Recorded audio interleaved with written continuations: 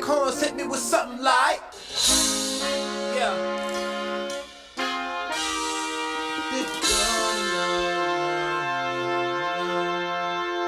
No, no, no, no.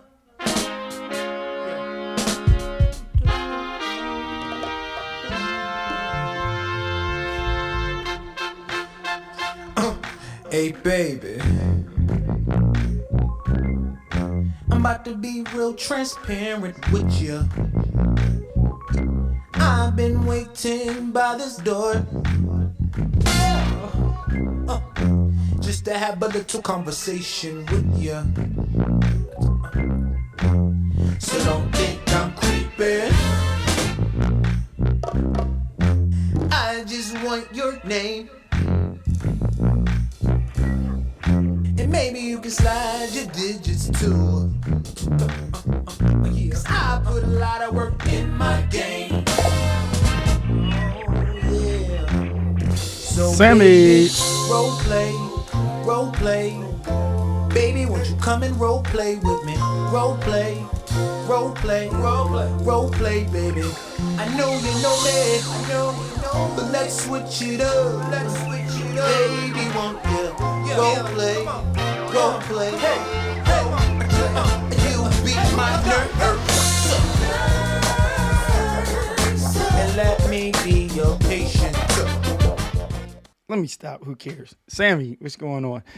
Bro, I'm actually just doing a video of the setting up some stuff that I'm doing. So it's really just on here. So I have some background, some evidence of how I put together this audio. So now it is on my stand-up setup. And because it's on my stand-up setup, it's I haven't tweaked it yet. This is a raw microphone, and I just got to do a couple of things so that people can see the difference and why I do what I do. So I'm going to go to this right here and just first of all mention about what we have here. We're using, let me pull this up over here. This is and let me put this in a group. So if you, no, it's not a new mic, Sam. It's actually, same old. But what I'm doing is I'm just doing a quick mic setup, and let me do this for some Ecamm folk, just so they know that I am doing a thingamajig right here. So I'm gonna put FYI, Sammy. I'm gonna put in the Ecamm room and just put FYI doing sound mic setup. Now, okay, now, so they'll probably take that down, whatever. What's going on, Serving the Christ Ministries? What's happening? So it is good to see some of you folk. It's been quite a little minute, but I've been busy. Busy is good. So let me real quickly just show what we got going on here set up. This is my stand-up setup, and that is, so if I'm standing here and I'm looking into, for those people, especially my Ecamm buddies and friends that are using this screen to look into the camera. So what I'm doing here is I'm looking square into here so I can make eye contact with you.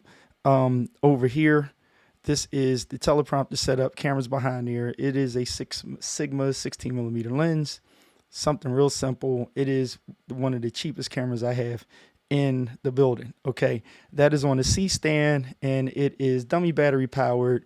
Light is up top, and this is my older Mac, which is sitting over here. Here's the microphone.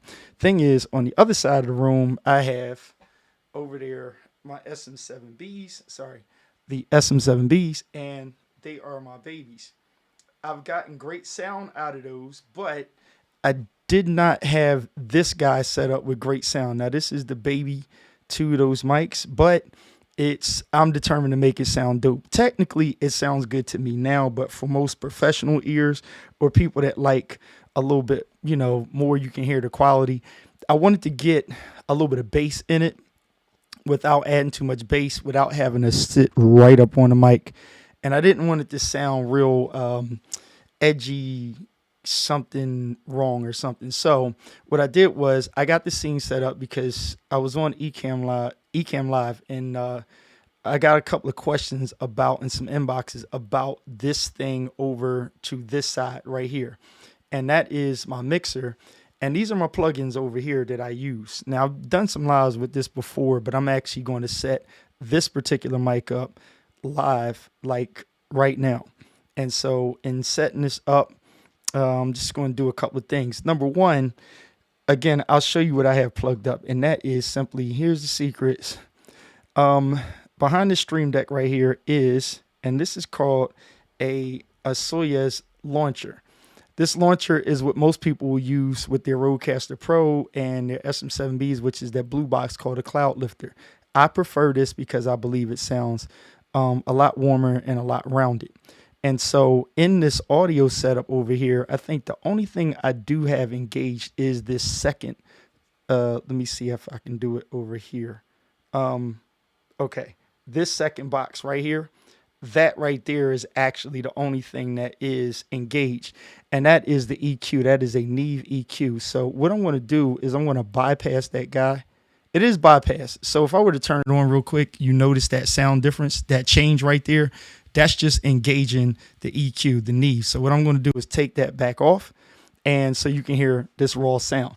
Now, what I also want you to hear is what the Soyuz actually adds. So this box right here, I want you to hear what this box adds. So let me zoom in so you can see this box. This would be the blue Cloud Lifter. I'm going to pull this box out and engage the chords so you can hear what it sounds like without the box. So take a listen. Watch your ears.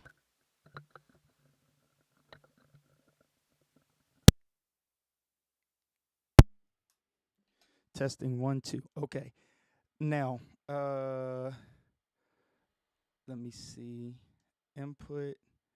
Okay, I have fully bypassed that box, and I literally had to boost the gain all the way up on this Apollo. So let me show you what's going on in this Apollo right here. Right here, I literally had to boost the gain all the way up over here. It is literally, the green is all the way around. If I show you on this audio screen, you can see right over here, that green, see that green move? That green literally has to go all the way up. Now, just a flat mic, if I plug in the Soyuz box, it's literally going to, like, the gain is going to come way up. So it is like a cloud lifter. It's a sound lifter, but it has this unique warmness to it. Now remember, the microphone is flat. This mic is fine flat. A lot of people, you can just use this mic as is, but I'm gonna go back to putting that piece on there. So I'm about to engage it again. So let's show you. I'm going to put it on there, and right now you hear me talking, and I'm going to engage this piece again. So let me move this out the way. Watch your ears.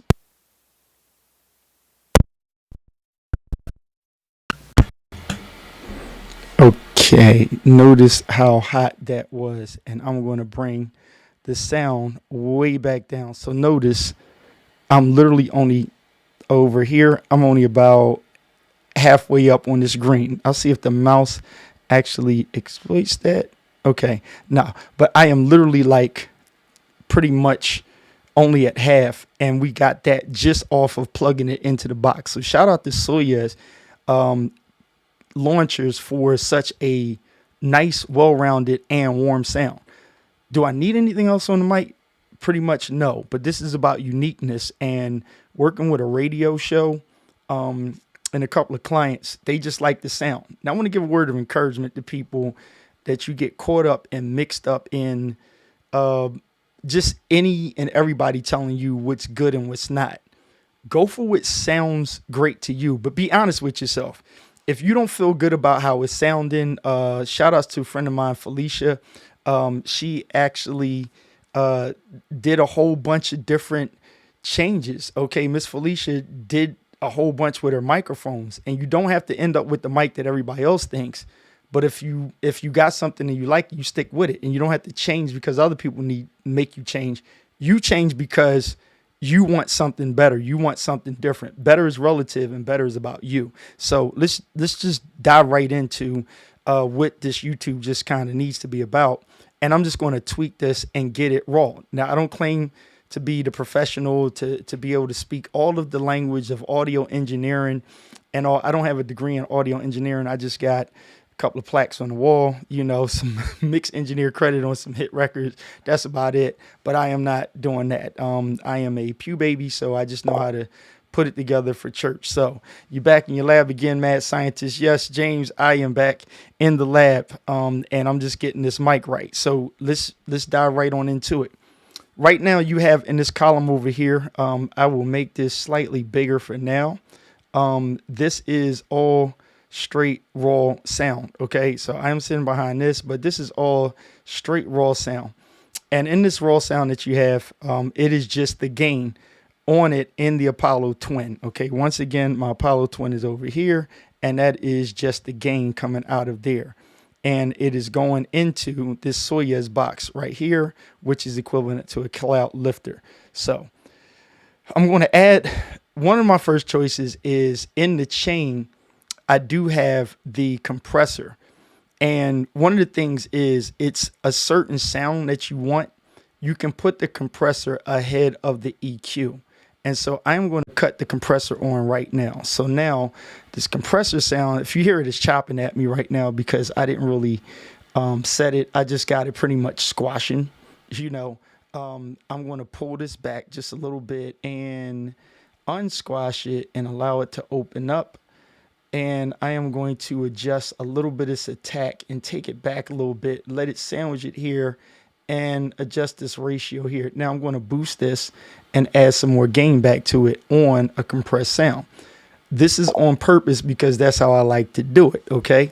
And with that compressed sound, I'm just used to that in talking. That is preference. Remember, this YouTube is not about it's the right way to do it. It's the feel. And so the thing that you may glean from it is if you're using these plugins or if you have the physical product, I'm putting the compressor before the EQ. Is that the proper engineering thing to do? It all depends on the sound that you want. I am testing it to see if I like the way the MV7 sounds with the compressor in front of the EQ. And so now let me bypass it so that we can get a hearing on what it sounds like with and without it. This is without it right here. Of course, it is rounded, but with this compressor sound, more of a tighter vocal here, I have to make the adjustments to bring back the warmth that I'm losing when I do it this way. And so I want to bring that sound back a little bit, and my gain is kind of up a little bit. So I'm going to pull that back just a smidgen so I'm not doing a bunch of clipping. In Ecamm, I don't want to have a bunch of clipping, so I'm going to set that ceiling, at around 75. Let me get you up to there, and we're doing good. Now, I'm going to go for the EQ now. Notice when I added the EQ, there is a more of a richer sound that just came up. This is a preset that I've already had on the EQ. And so in this EQ, if you notice, listen to the sound and how it shifted. So I'm going to take the EQ and I'm going to turn it off, and then I'm going to turn it back on. Okay, so that's off. Okay, this is the compressor off.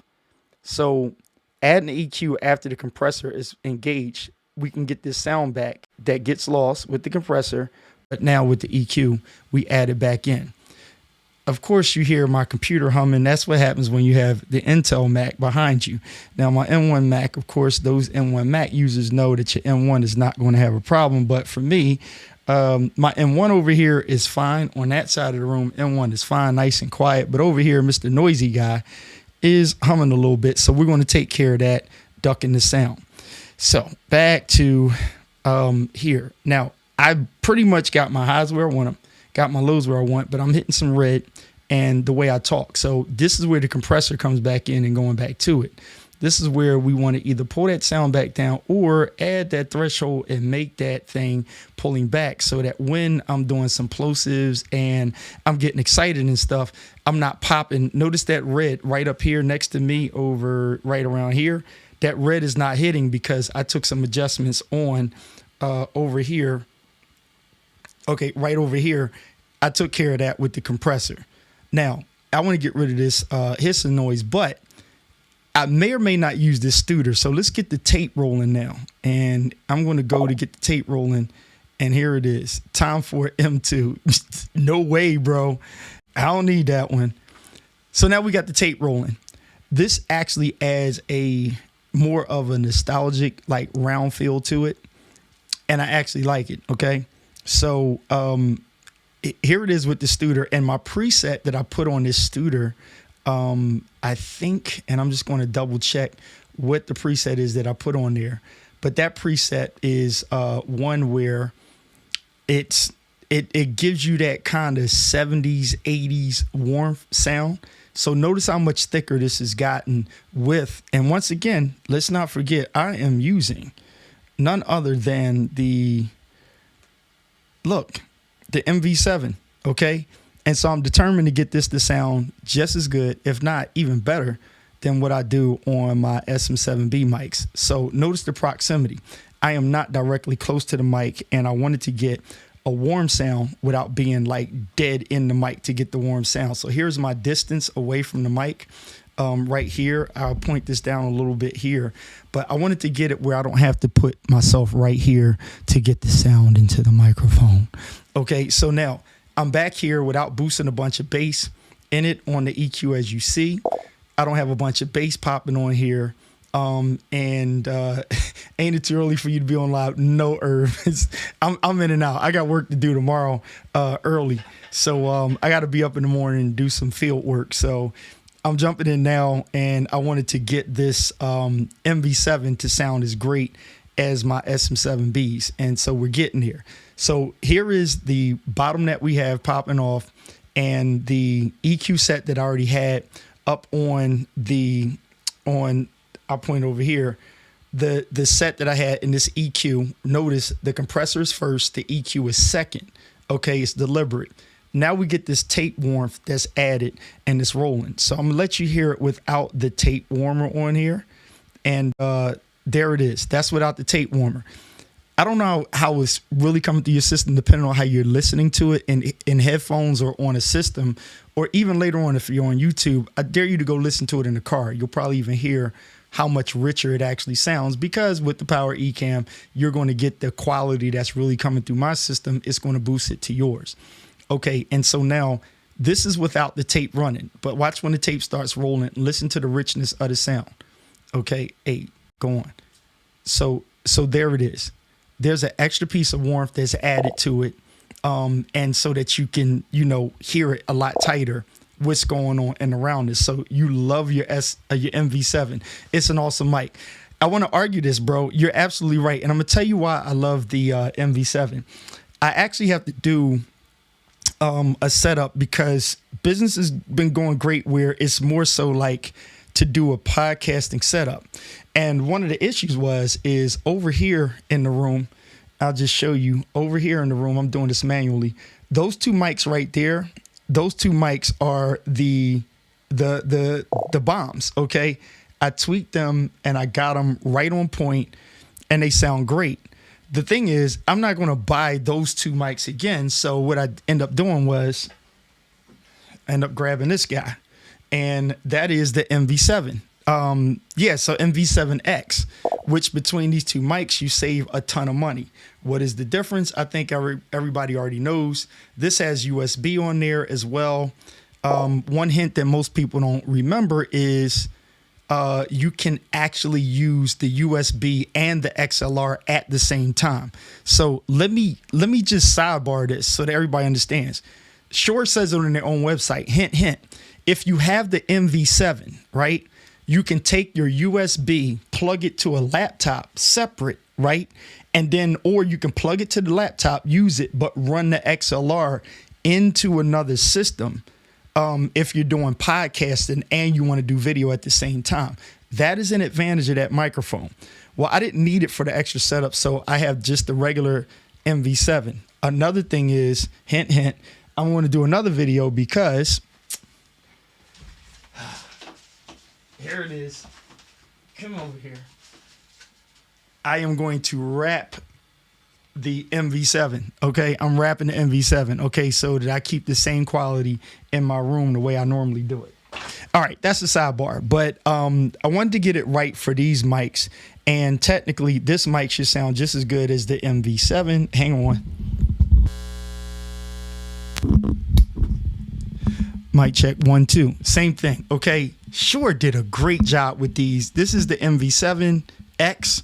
Okay, so it's basically the same mic, but it simplifies everything. So let me pull this out. Sorry about that, but these mics are so simple and easy, and my determination to get these to sound just as great, if not better, than my SM7Bs, I am accomplishing it.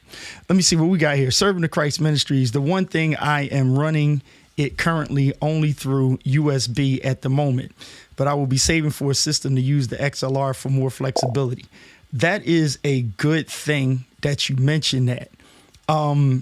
It's funny. My brother Tom Buck is on here. Tom Buck, what is going on? I'm mad I didn't catch you in NYC. Oh, wow. Why do I have the comment so small? Sorry, bro. Listen, this is what we do. We shout out people.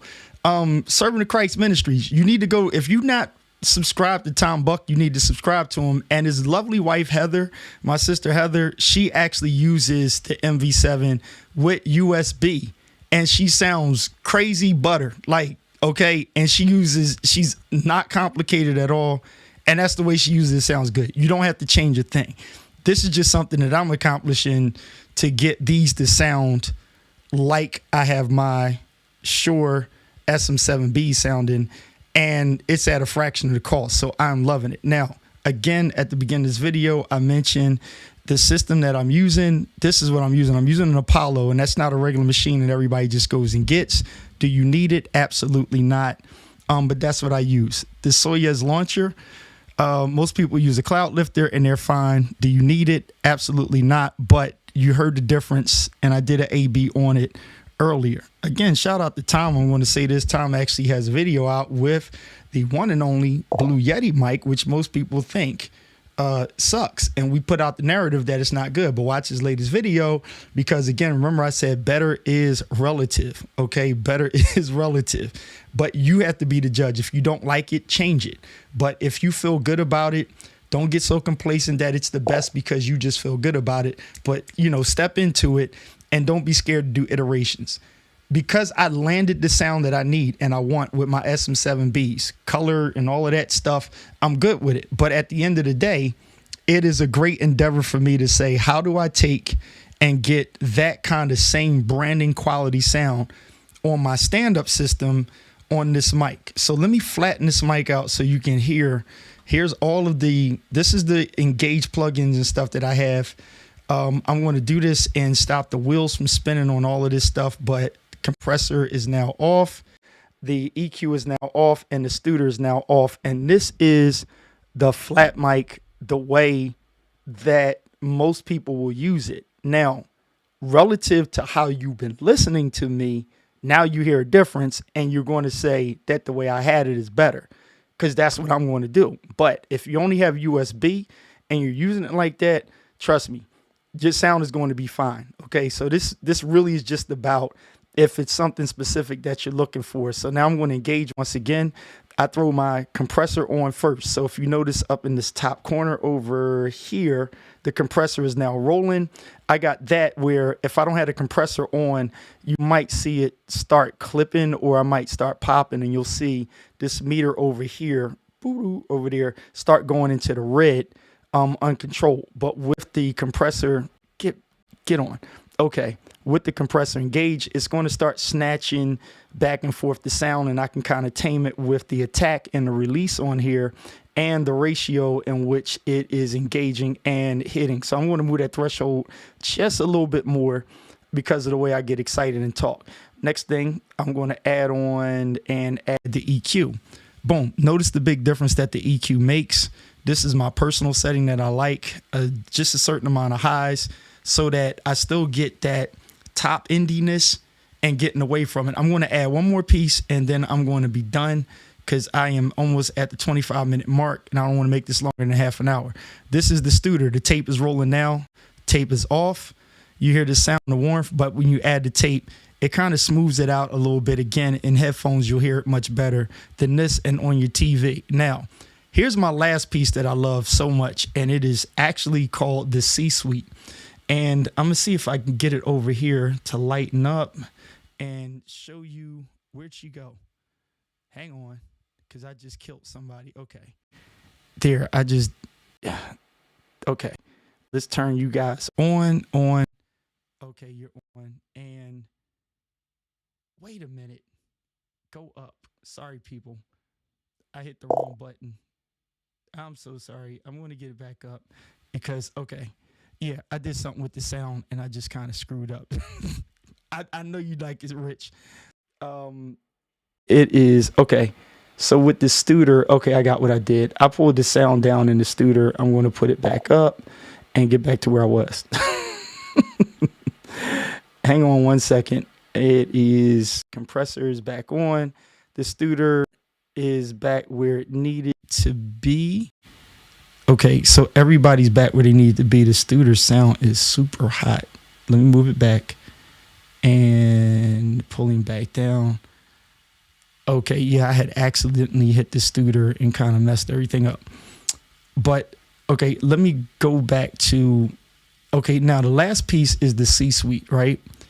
And what the C-Suite is going to do, it's going to duck all of this noise that's in back of me. So I am going to unbuckle these guys over here. Why did it do that?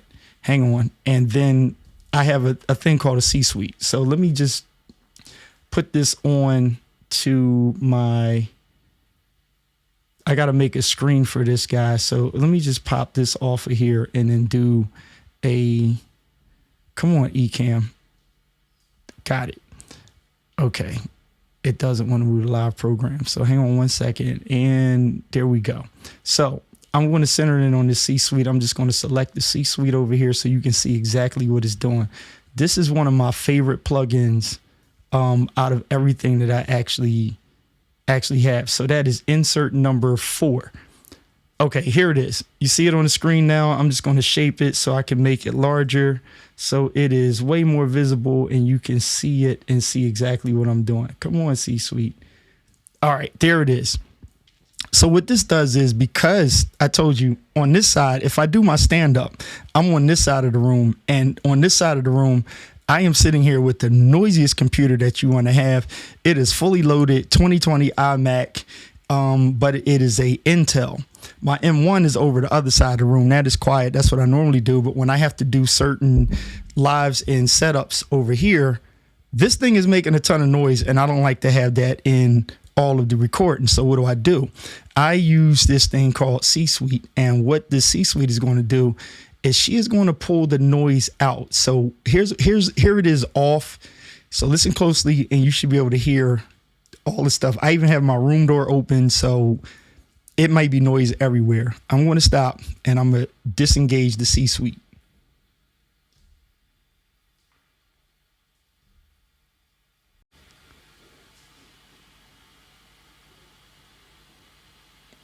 That should be loud, and you should hear that going. This stupid computer, you can just hear it go. Okay. Now, it's not that bad if you have noise when you're on your live. And let's not give shout out to DJ Rob, Vegas DJ. He's actually building a room in Vegas now, and it's fire, and it looks wonderful. And he's doing the A and B of soundproofing the room for the most part. Not proofing, but, taming the sound.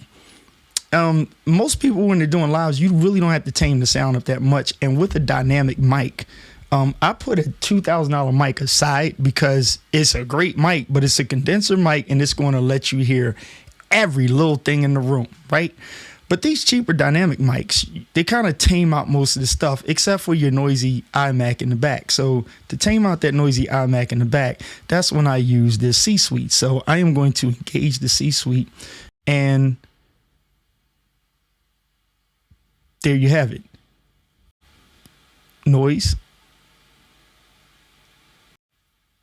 Cut the noise down and still engage and talk when I need to. Now, I can take and make it literally to the point where it deads all the noise out of the back. And notice I was eating at the sound. Now, the downfall to this is you hear a little bit of fried chicken sounding behind it. It does like a little crackle noise that I don't like, but that's the consequence of fighting the sound. So when I turn this first dial up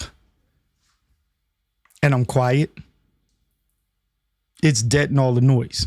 Okay. Now I can let a little bit more of the ambient sound in there, and I can move this sucker and allow a little bit more in there to get more of a natural feel. I can shift it and take the ambient sound out of it to kind of manipulate and make the room sound tighter. Again, remember, this is just about I'm jumping on live and I'm talking, I'm telling a story. So like tomorrow on my Instagram, I'm going to put up something that talks about this symbol on my shirt, which is an insert for a 45 record. And I'll just tell you guys what the post is basically going to say. It's just going to simply talk about, the significance, because I'm a preacher. I'm a preacher point, make it illustratable about how important the small things are. Without this piece that's on my shirt, let me do it this way. Without this piece on the shirt, you actually, with this piece, you're able to take a record that wasn't built for an updated record player system, and you're able to put that record on to that system. And it's called adaptability. So sometimes in order to adapt in another environment, you don't have to be the big thing. You don't have to be the biggest thing in the room. You don't have to have the biggest thing in the room. Sometimes it's like the small things that matter. And you can get this little plastic piece, put it in the middle of that wax, and you're able to put it on all of these standard record players. That was a time and a thing when you were stuck with a bunch of 45s and you got to jump on the 33.5 turntable. That's how you get it. And you're able to carry smaller records, which were singles, and put it on another system. That is just something that if I wanted to do a short on or something like that, notice how tight and quiet this is. And my room is not sound treated, not here. My professional studio is, but not this one. And so with this plugin, I was able to achieve this particular sound. And so right now I am pretty much done, and I'm happy because I got my MV7 to sound like I wanted to sound again. Like I said, I am totally happy with it. Just USB only.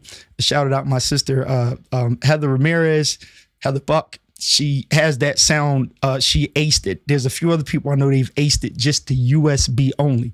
For those of us that are into sound quality, audio engineering, stuff like that, your XLR, Apollo Twin, I don't recommend that you go and you spend a whole bunch of money to do that and have the plugins, but there are a ton of things that you can do with it. But this is just taking the time to tweak sound the way that you want the sound. Okay. And you experiment with things. How did I come up with this full list of plugins and sounds that I use? That's because I did trial and error. I was tired of a gate. Our natural regular gate kind of just smashes your voice. So the minute you stop talking, it's just like, it's suffocating your voice rather than a natural being able to talk over it and quiet your room down. And so those are different things that you can do. Now, people have other systems, and on these other systems, they have certain things that you can use to kind of tame those sounds and get them down. So I was asked about this, and I'm just like, you know what? I guess I'll just jump and do a YouTube based on questions that I get about certain things. And the sound was one of those things that I was asked. So the challenge for me was rather than, get people caught into, oh, you got to have an SM7B. No, I'm not hating on it. I love my SM7B, and I think it's an amazing mic, and I'm just going to be ride or die with it. Now, my wife, she uses the MV7, but she's not really into lives and stuff, but she's happy with that mic. Most of my clients I recommend, you can grab these. And my latest point that I was proving, and I am going to make a sexy mic out of this guy.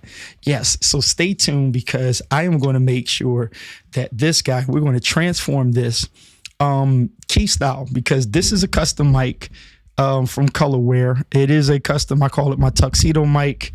I have my wife a color mic, but I'm not paying them that money to do another one. I'm going to do this one myself. So I will have the Keith Pelzer customized version like I did the other two mics behind me on the back side of the room.